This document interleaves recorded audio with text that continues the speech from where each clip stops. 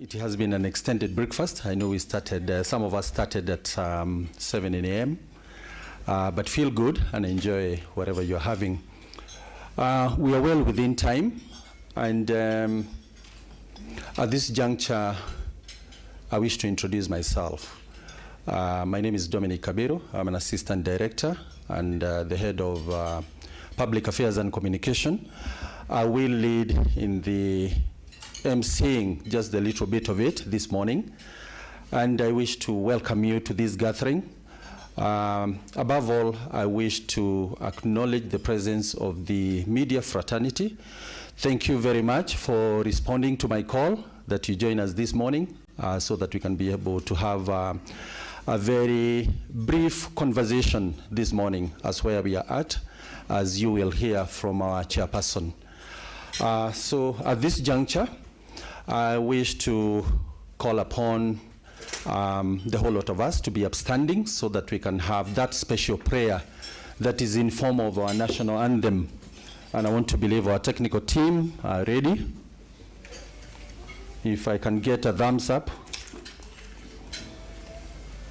We'll start with our national anthem, and then we'll have the East African anthem.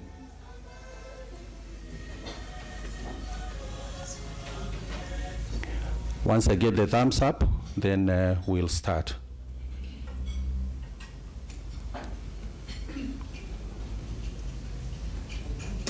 So, ladies and gentlemen, as we keep being upstanding, it is exactly 33 days since we last gathered at our head office, and we did issue a statement that was 39 days to election. Days have really elapsed, and here we are, 6 days to election. We will hear more, and I think we are ready now to have the national anthem. Thank you very much.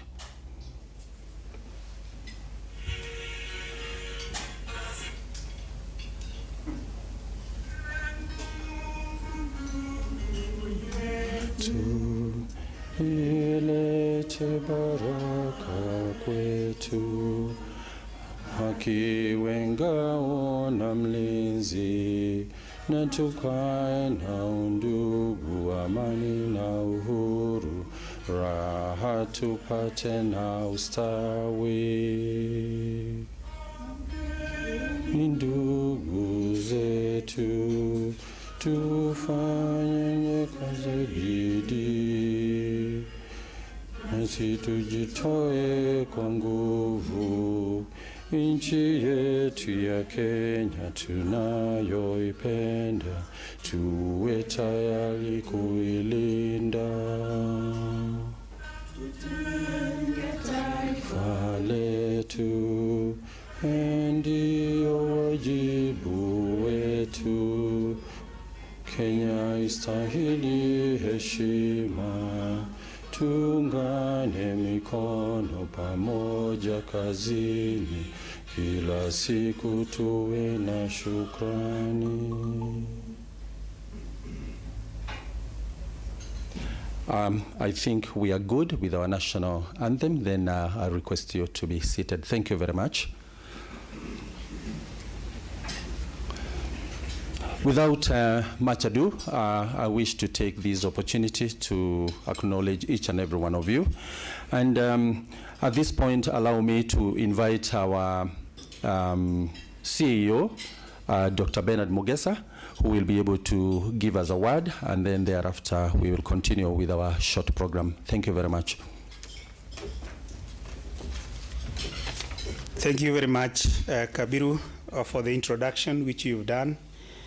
May I also pick it from where you left and say a big welcome to all of you to this very important gathering of the Commission, where the Commission, through our chairperson, is going to share with you and the public where we are in terms of the election, preparedness, and any other very useful information that can go to the public.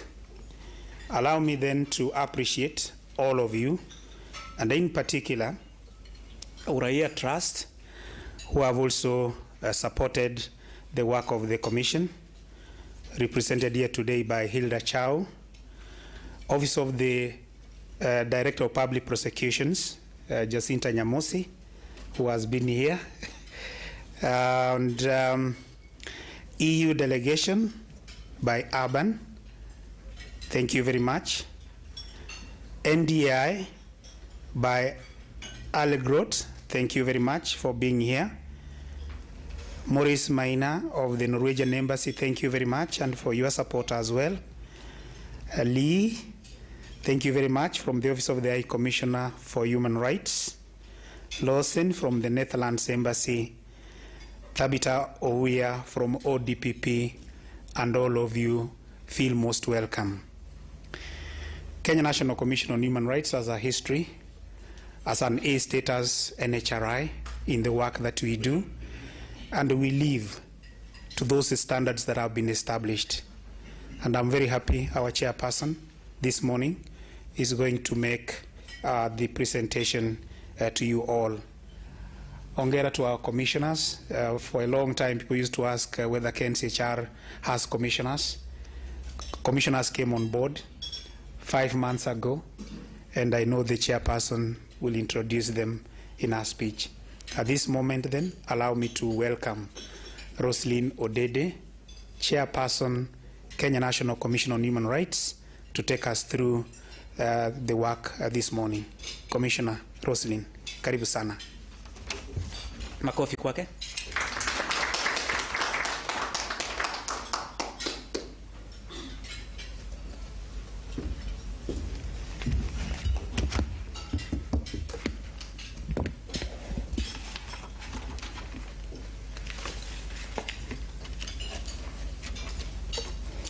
Thank you very much, Dr. Mogesa, CEO.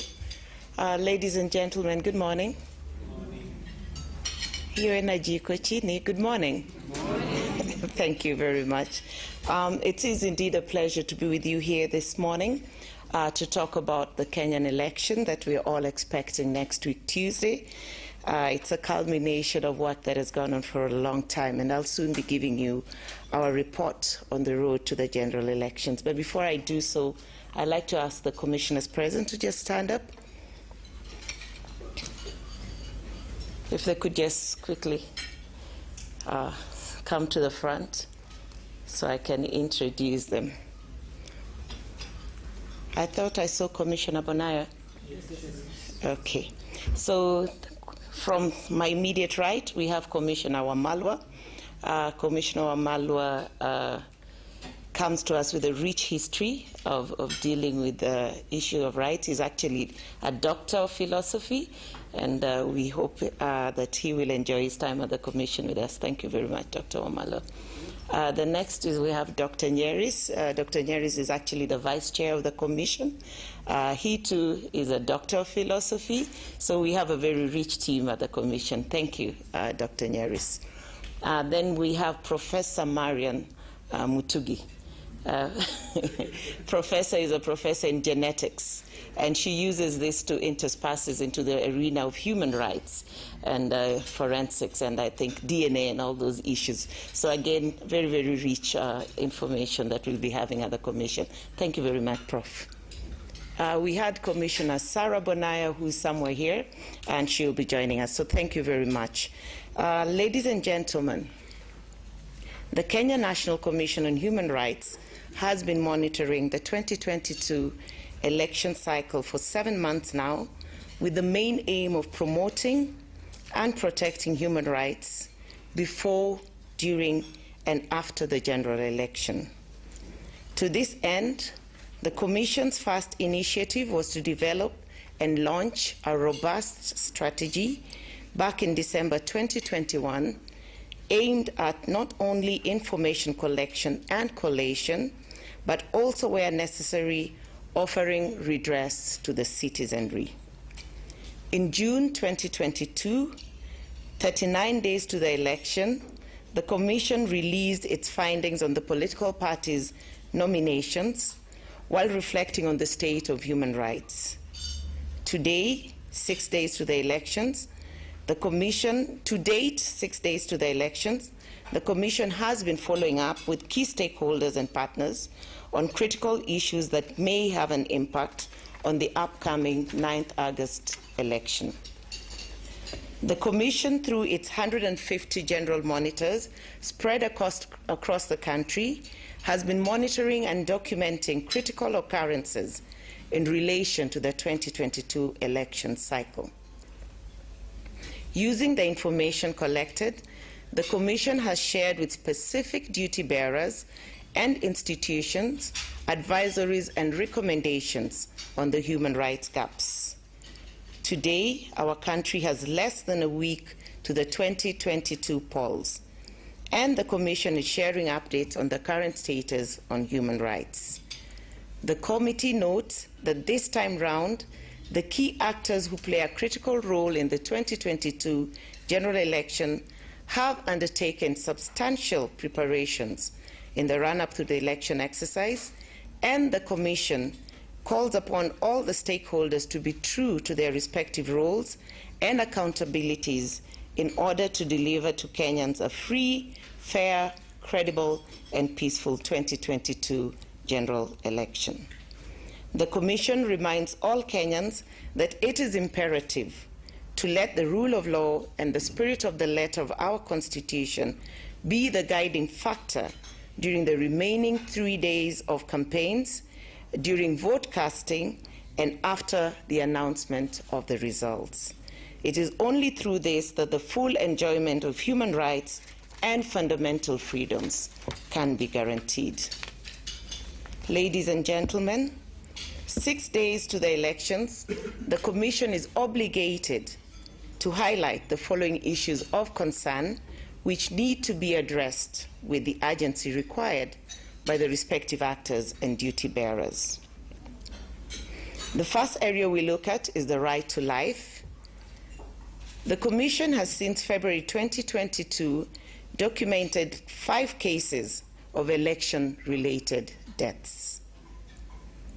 2 of these were the result of road accidents involving vehicles associated with aspirants, while 3 others died from injuries allegedly inflicted by opposing political factions.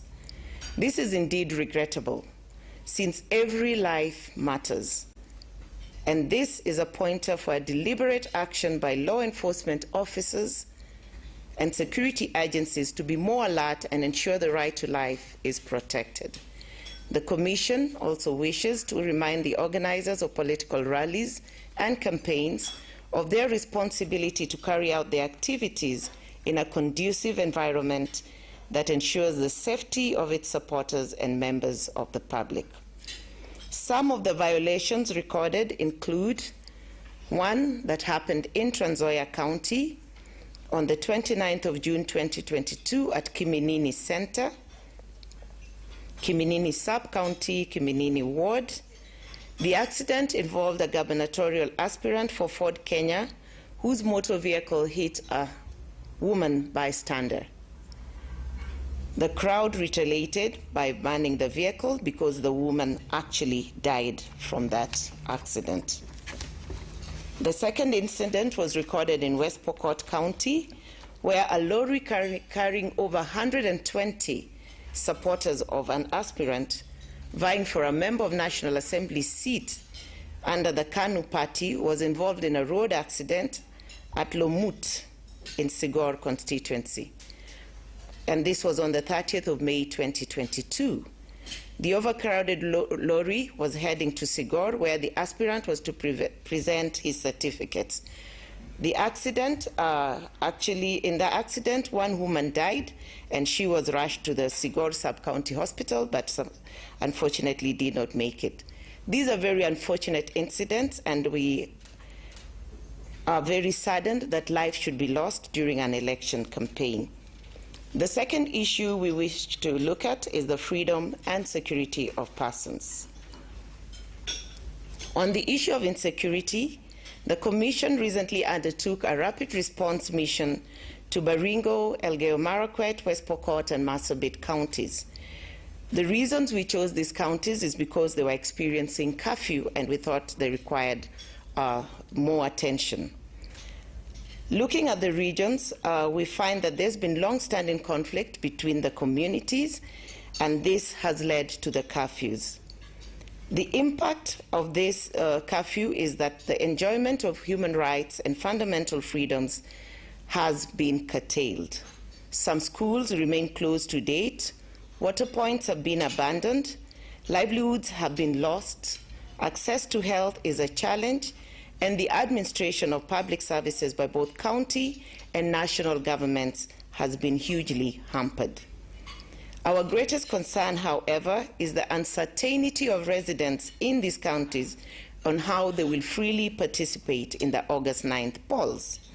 In some of the affected localities, residents have been displaced and therefore relocated from their polling stations, while those left behind are apprehensive about their security should they choose to remain and cast their vote. The other concern is whether the hours will be extended to enable them to have the full voting hours, or whether the curfew will still curtail the hours within which they may cast their votes. So this situation is one we continue to watch as a commission.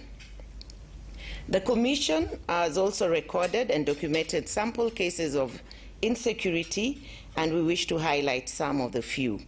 In Mandera County, on the 2nd of July 2022, a United Democratic Movement political party branded vehicle traveling from Ouagadougou to Banissa was sprayed with bullets by unknown gunmen. 2 local elderly occupants sustained bullet injuries and received treatment at Banissa Hospital.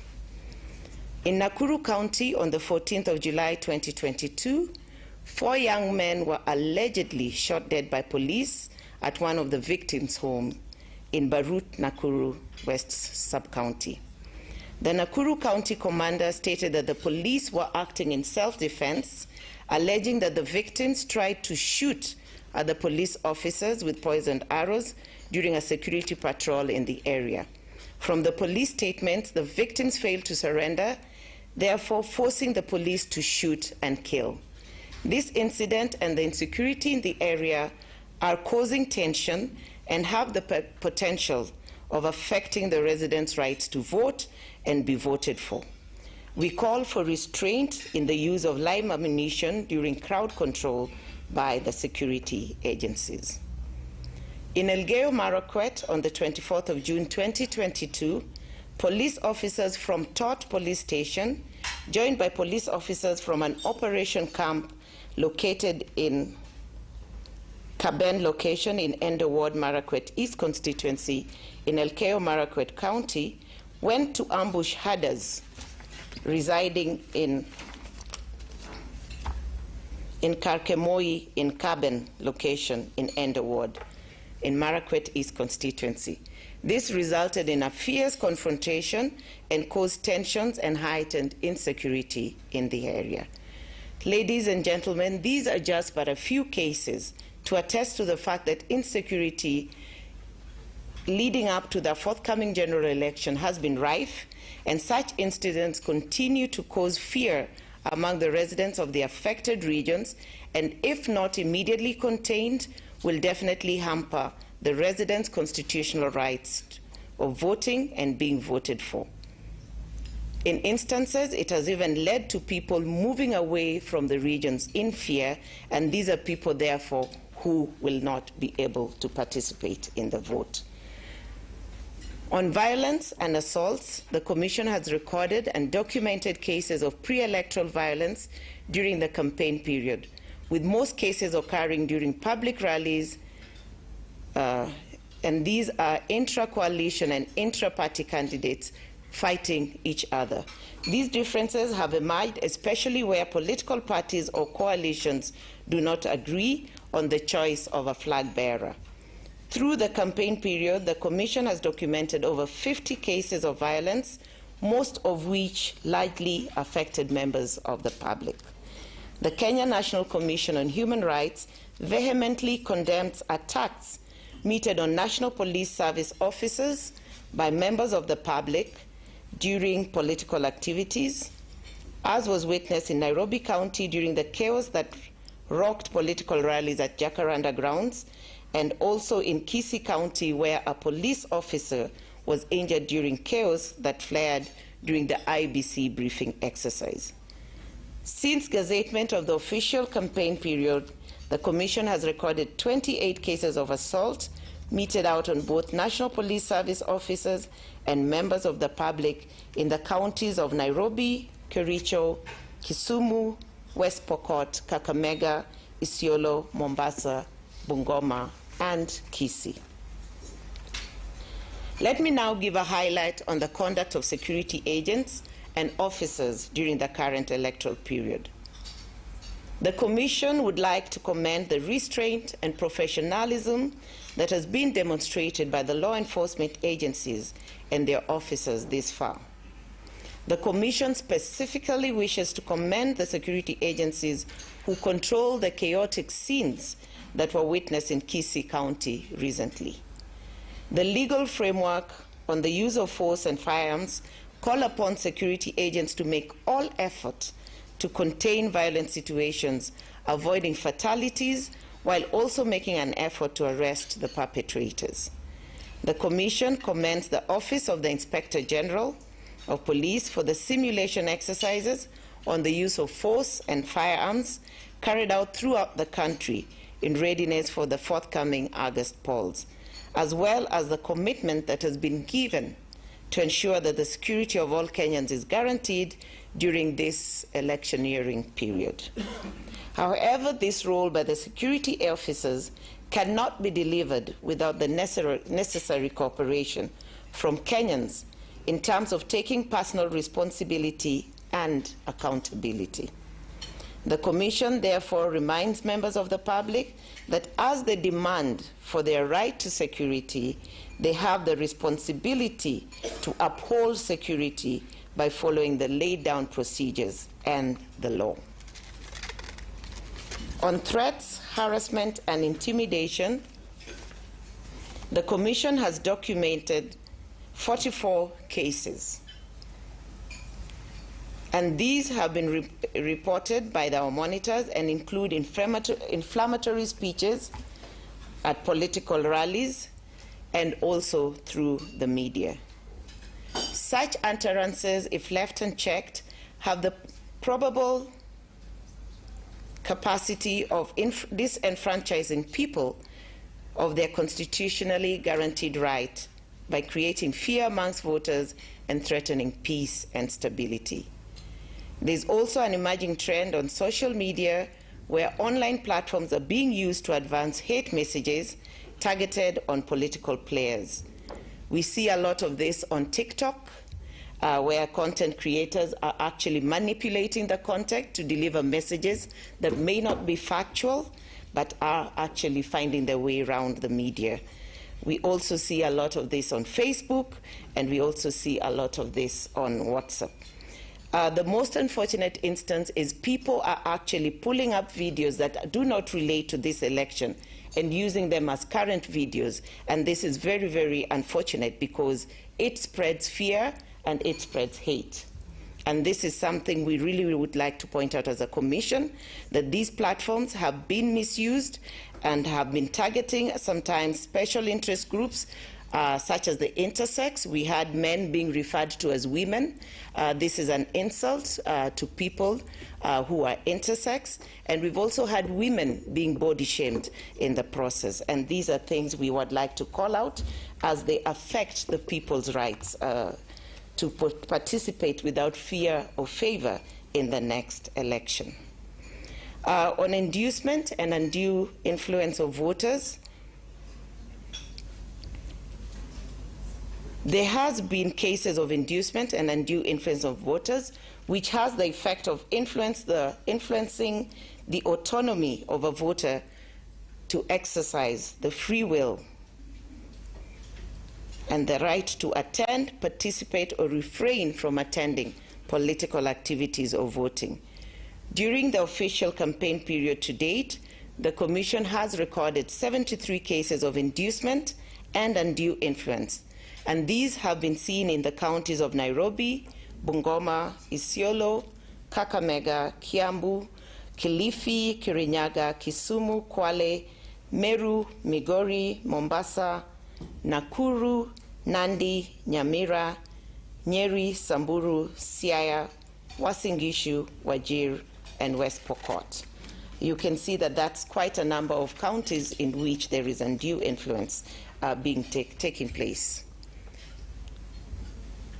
On misuse of public resources, the Commission continues to monitor the use of public resources and personnel during the campaign period.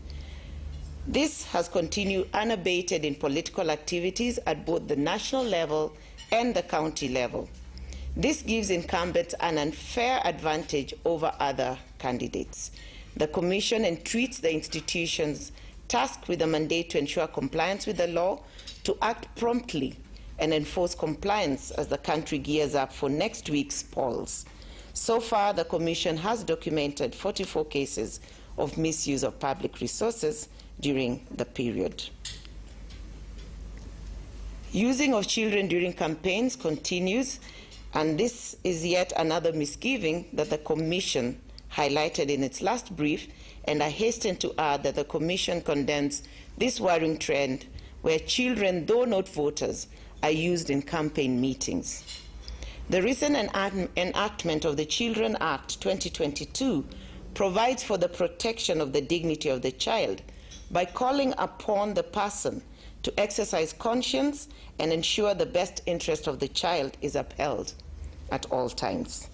So far, the Commission has documented 146 incidences in which children have been appearing in political activities. The use of children in political rallies not only endangers them, but also exposes them to the ills of political violence, foul language, and uncouth practices. Misuse of social media. The Kenya National Commission on Human Rights continues to monitor the use of social media and digital platforms and has noted with concern the increase in abuse of all these platforms by various politicians, political parties, their supporters, and the public, both young and old. The Commission has documented instances of cyberbullying and will recommend formal action against such perpetrators. The Computer and Cyber Crimes Bill of 2017 has had a varied reception by the Kenyan public. It has been mostly welcomed as an important countermeasure against the alarming incidences of cybercrime in the country and as a key step in securing Kenyans' fledgling digital space. On access to campaign venues, ladies and gentlemen, the Commission is alive to the ongoing conversations around the subject as our country enters the final stretch leading to 2022 election. In exercising the non-discrimination principles in the use of public facilities, the Kenya National Commission on Human Rights has been following media reports on biased access to campaign venues to different political outfits, which might be a tool to instigate violence and threaten peace and stability, especially where different political outfits clash for the same campaign venue. The Commission calls upon the relevant authorities to exercise a human rights-based approach in addressing the issue. On leadership and integrity, the Commission would like to commend the judiciary in its efforts to reaffirm Chapter 6 of the Constitution of Kenya, 2010, and acknowledges the Supreme Court judgment in the petition number 11, E008 of 2022, which was impactful in reaffirming Chapter 6 of the Constitution of Kenya 2010, especially the provisions of Article 75(3) in the run-up to the 2022 general elections. We also welcome the judgment that was recently issued barring a candidate with dual citizenship from participating in the election, as this holds Chapter 6 of our Constitution. These judgments will inform the decisions by IEBC to undertake the process of the candidate registration, certificates, and clearances. This respect for constitutionalism must be observed not just during the election cycle, but in everyday governance, and the Commission will work with all stakeholders and partners as it lives up to its mandate of monitoring human rights compliance in all spheres. On the issue of persons with disabilities, the Commission continues to monitor the rights of people with disabilities and elections. We specifically monitor access to venues, especially political rallies, which have not been there for persons with disability. Security for people with disabilities in political rallies has been missing.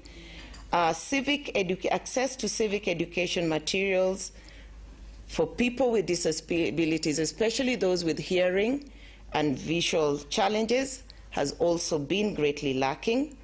Access to the public debates has also been a challenge for people with disability, and therefore the people with disabilities have been greatly marginalized during the campaign period in this election. We welcome steps taken by IEBC to ensure that on polling day, people with disability and the elderly shall be catered for.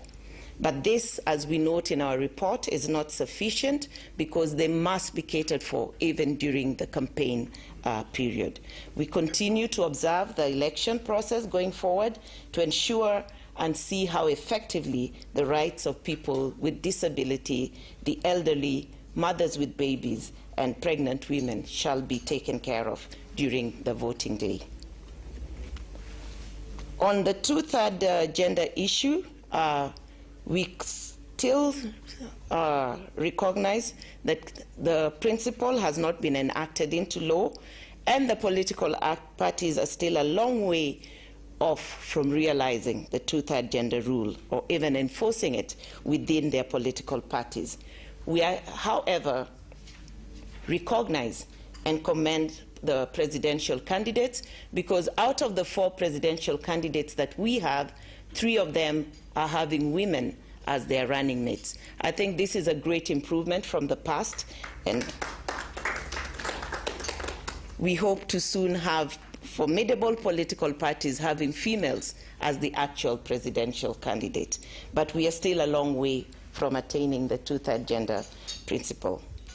The IEBC, the Kenya National Commission on Human Rights, commends the IEBC for the efforts it has put in place this far to promote civic education and awareness through voter information for the 2022 general elections. In its preparedness efforts to ensure the country achieves the general principles for the electoral system provided under Article 88 of the Constitution, the IEBC should ensure it encompasses a proper communication strategy to boost public trust in the electoral processes. While the Commission acknowledges the concerns raised by various entities, the Commission urges the dissenting voices to embrace closed-door dialogue before using the court of public opinion where misconstrued information can lead to public discord and further curtail the enjoyment of human rights. Our prognosis on the post-poll scenario: the Commission is optimistic that there shall be a smooth transfer of power post the general election, with leaders from all political divides agreeing to the outcome of the polls. They've actually undertaken to accept the outcome if the election is free and fair. However, based on the history of our nation, the divisive and highly competitive politics that the country is currently witnessing, and the Commission's own analysis of the hotspots across the country, there is a likelihood that in strongholds of some of the candidates, there may be disgruntlement and civil unrest should their candidate not win the election. And this will be compounded should the leader or the candidate refuse to accept the result, should the candidate declare that the election was neither free, nor fair, nor credible. If not handled well, the same result can result in yet another cycle of post-election violence, with women, children, persons with disabilities, and older persons bearing the brunt of the violence. The Commission therefore calls on sufficient contingency measures by all actors, including the Inspector General of Police to deploy additional security to these areas and swiftly, in line with human rights principles and standards, contain any such incidences before they escalate. The Kenya National Commission on Human Rights further calls on political leaders to conduct themselves within the confines of the law, and where there is a dispute, channel the same through the courts and respect the decisions rendered, as well as rally their supporters to uphold peace and to accept the result, and if there's legal action, to await the court determination on those issues. Let us shun and avoid violence. Ladies and gentlemen, the Kenya National Commission on Human Rights prepared and shared a Human Rights and Accountability Charter, which spelled out the roles and responsibility of the presidential aspirants in the promotion and protection of human rights during and after the electioneering period. While the Commission made every effort to meet with all the presidential candidates and to get them to sign the charter, only one candidate signed the charter. And this begs the question of the commitment to respect, protect, and promote human rights by our soon-to-be elected leaders. In conclusion, the Commission calls for all leaders and actors to ensure that there is utmost adherence and respect for the electoral laws and processes. Further, the Commission reminds every Kenyan to ensure that they maintain peace and order during the remainder of the campaign period and in the run-up to the election day. The right to vote and to be voted for is an individual right and a civic responsibility that cannot be exercised or delegated on one's behalf by another person. Therefore, the Commission reminds all Kenyans that they have a duty to participate in the elections and vote for the leaders of their choice and determine the next leadership of this country.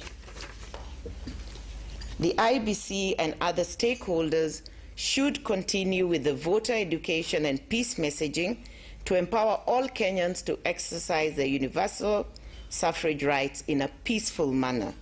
This will, among others, help in reducing the number of spoiled votes, which accounted for about 3.6% of the total votes cast in 2017.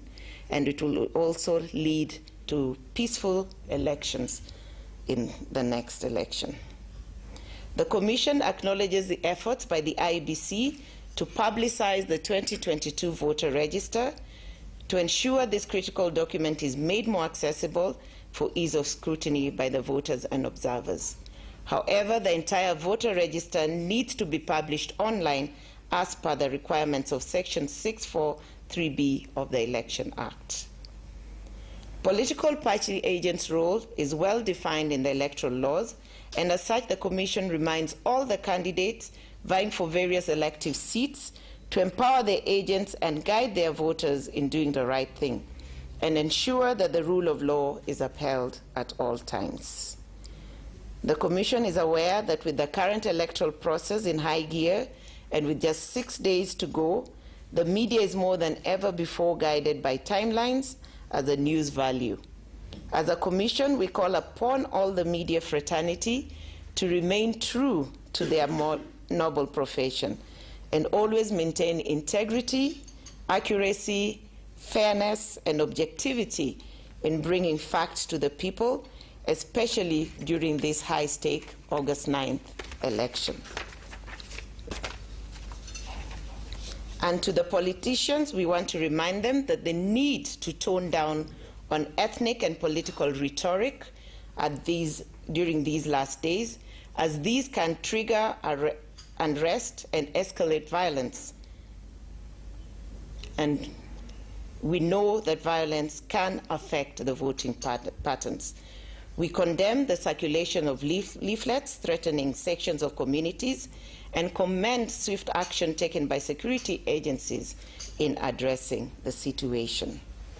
Ladies and gentlemen, in conclusion, the Kenya National Commission on Human Rights will be upscaling its monitoring efforts by releasing over 100 staff to join the Commission's field monitors beginning next week to ensure that the IBC is ready for the August 9th polls. We are all desirous for a free, fair, and credible election, and we are all desirous that peace carries the day during and after the general elections.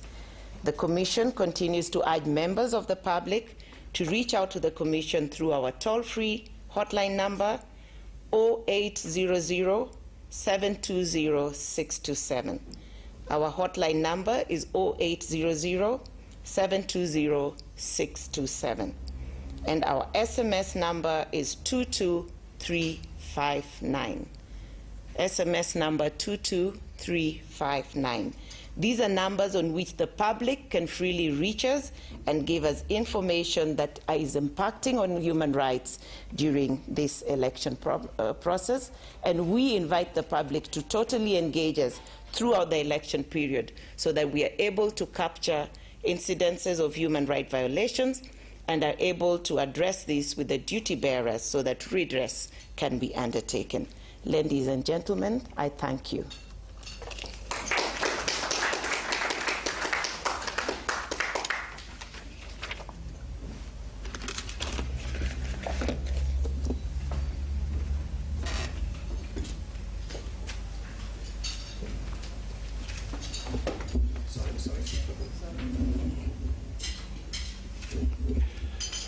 Thank you very much, Madam Chair, for that brief.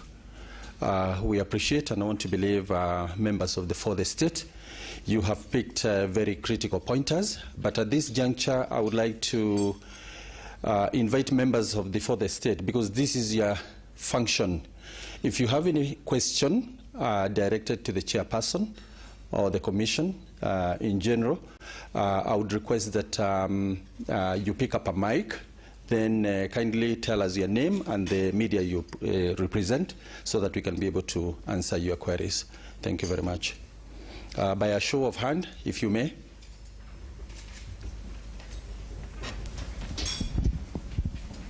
Any question? Mary Wamboi from The Nation.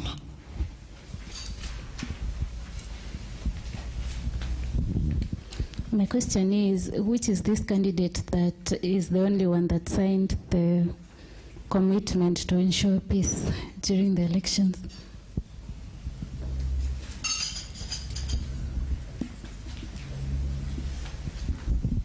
Thank you very much. Wamboi from The Nation Media Group. Any other question? Seems like the chairperson did so well. Only one question. Yeah, I've been alerted. There is another question here.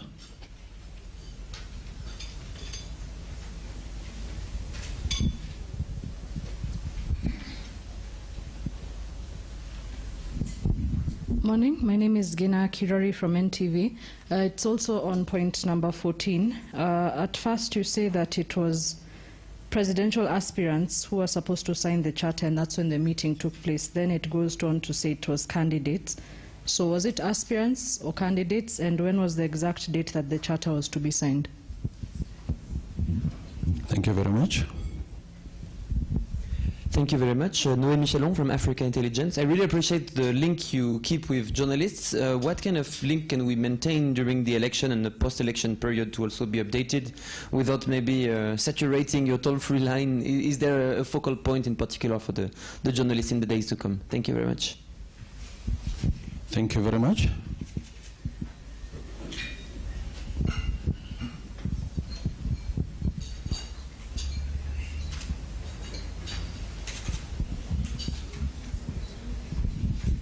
I'm Eliud Kibi from Radio Africa Group. My question is on page 9, where the Commission is calling for additional security to areas where there might or volatile or possibly volatile areas. But we've seen some politicians reacting that this might be or might result into voter repression. How does the Commission, draw a line between those two? Eliud, may I request that you repeat that question so that the chairperson can pick it well? Okay, on page 9, there is the request that the Inspector General of Police to deploy additional security to areas that might be volatile to violence.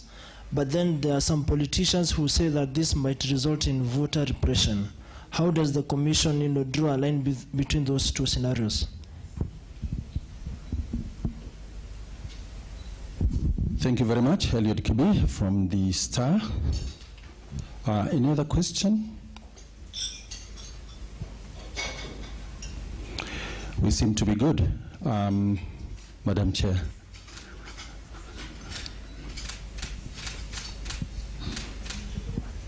If you may.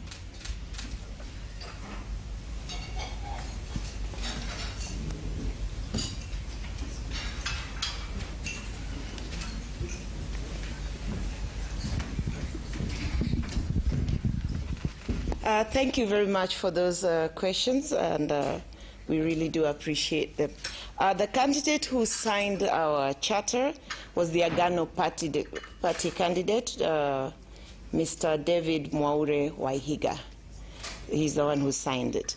And if we refer to aspirants, we apologize. We only approach presidential candidates after they had been confirmed and registered as candidates. I can't tell you the exact date, unfortunately, but it was after they were approved and registered by the IEBC as candidates. What link do we maintain with journalists?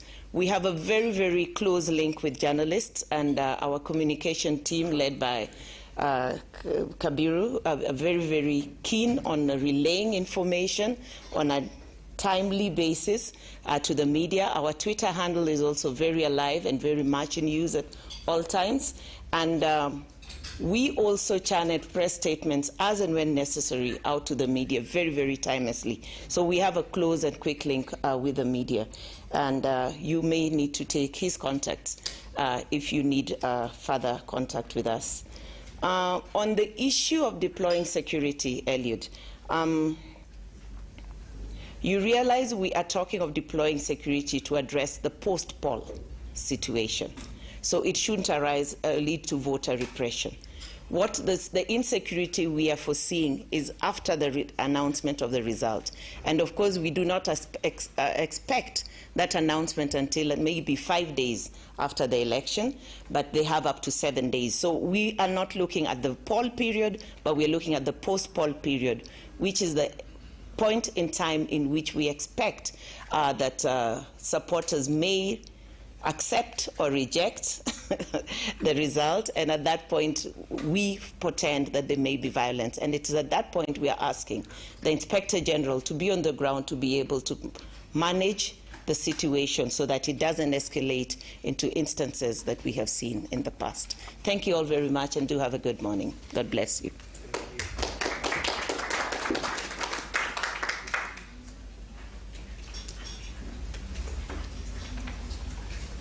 Thank you very much, Madam Chair. At this juncture, let me call our Director in charge of Research, Advocacy and Outreach to give the vote of thanks. Short one, Anne-Marie. Good morning, everyone. On behalf of the Commission, we want to thank you very much. I know it's a busy election schedule with only 6 days to go, but you took time off your schedules to come and have this very important deliberation where the Commission has given you the current status of human rights in the run-up to the election. We want to thank our partners very, very much for the support, the facilitation. You've worked with us during this journey, and we are ready as a Commission to monitor the 9th polls. We also want to thank our media fraternity. You are our eyes on the ground. So just like our chair has reiterated, we look forward to the enhanced partnership that we have with you so that we can be able to share the information to members of the public and play our respective role in securing the country to a free, fair, and credible election. Finally, I want to thank the Commission staff led by our chairperson, our vice chairperson, our commissioners, and a special mention to the Elections Hub. This is a situation room that is at the headquarters of the Commission's office, and it is 24-hour operational. And they are the ones who lead us in terms of receiving information from all across the country and enabling the Commission carry out its important mandate. So thank you very much, and to all of you, enjoy the rest of your day. Breakfast is still served, and you're free to leave at your own pleasure. Thank you very much.